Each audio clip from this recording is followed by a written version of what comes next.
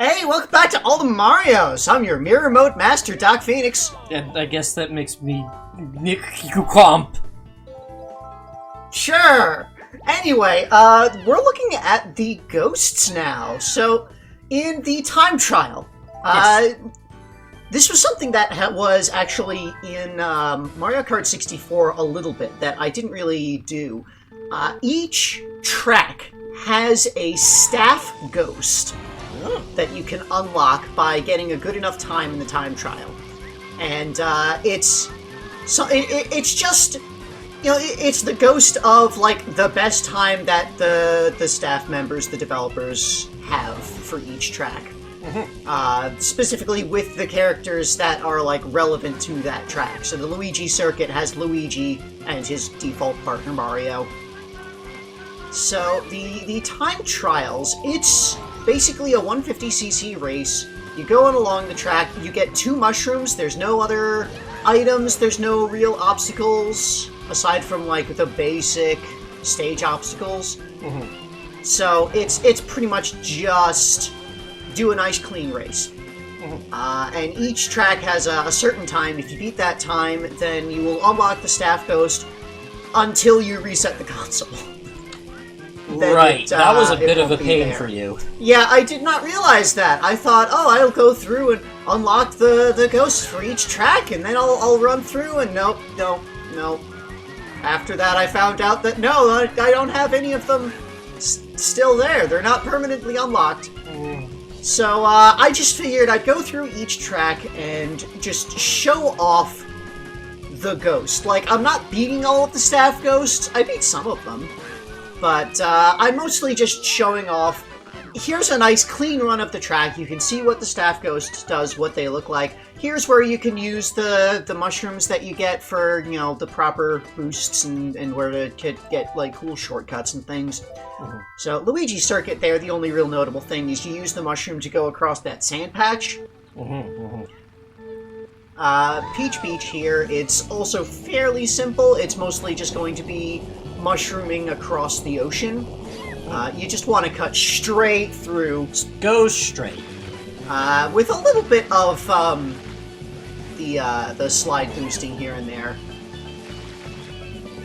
Like, doing this was actually, like, interesting and a little weird, because we've been doing all of the main Grand Prix stuff co-op. You know, time trials are solo only. Right. So I had to learn how to do the full boost back and forth bit again while still driving, which is a very different feel to Yeah, it. the actual interacting with other racers thing puts a whole dimension on I mean, the actual game. there is that, but also just like doing the slide boost, that on its own, because when we're doing it co-op, all I have to do is hold the drift button and keep doing my normal driving, my normal turning, and then you handle the back and forth to actually charge up the blue sparks. Yeah, I do the wiggle. Whereas when I'm doing it solo, I need to do that charge up in addition to maintaining what direction I'm driving. So, like, adding that left-right toggle of the stick while I'm still driving really changes a lot of, like, the lines that you're capable of taking. Baby Park has no shortcuts or anything. It is entirely about tight cornering. I've often called this the deathmatch Yeah, stage, and because it's multiple laps of just items flying everywhere. and so without the items, it's all about getting like as tight into the cornering as you can. And like I'm a little good at that. I'm not perfect at it. I got decent with it.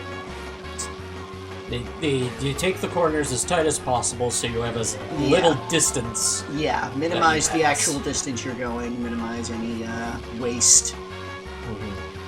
And like you can see here, I'm kind of flying a little outwards to the sides a bit much with my drifts, but A test of technical ability.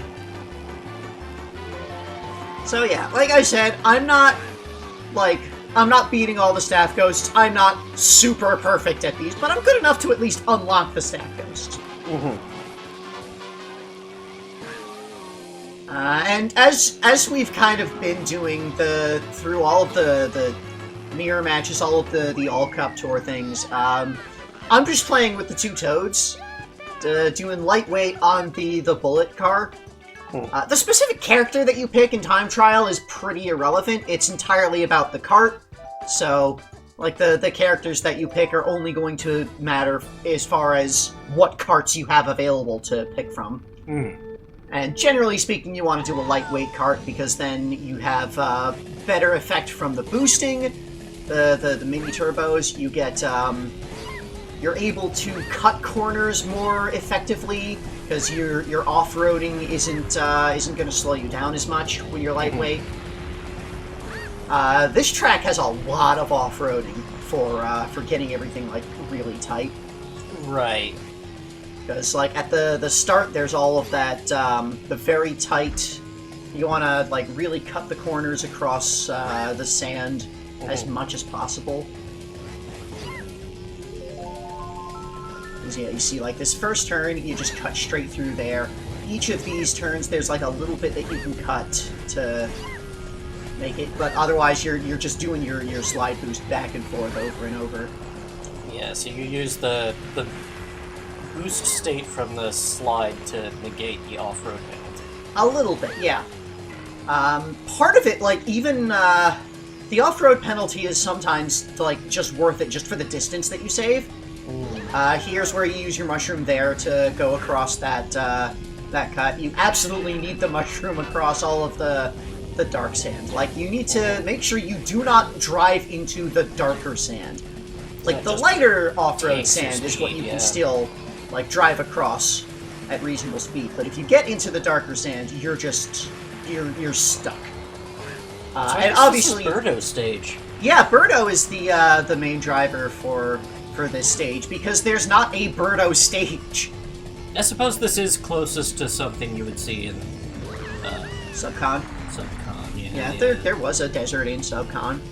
It had so many snakes. Yeah, snakes and pots and sniffets. Actually, it was mostly the snakes shooting the bullets, wasn't it? Yeah. Yeah. It was dire. Yeah.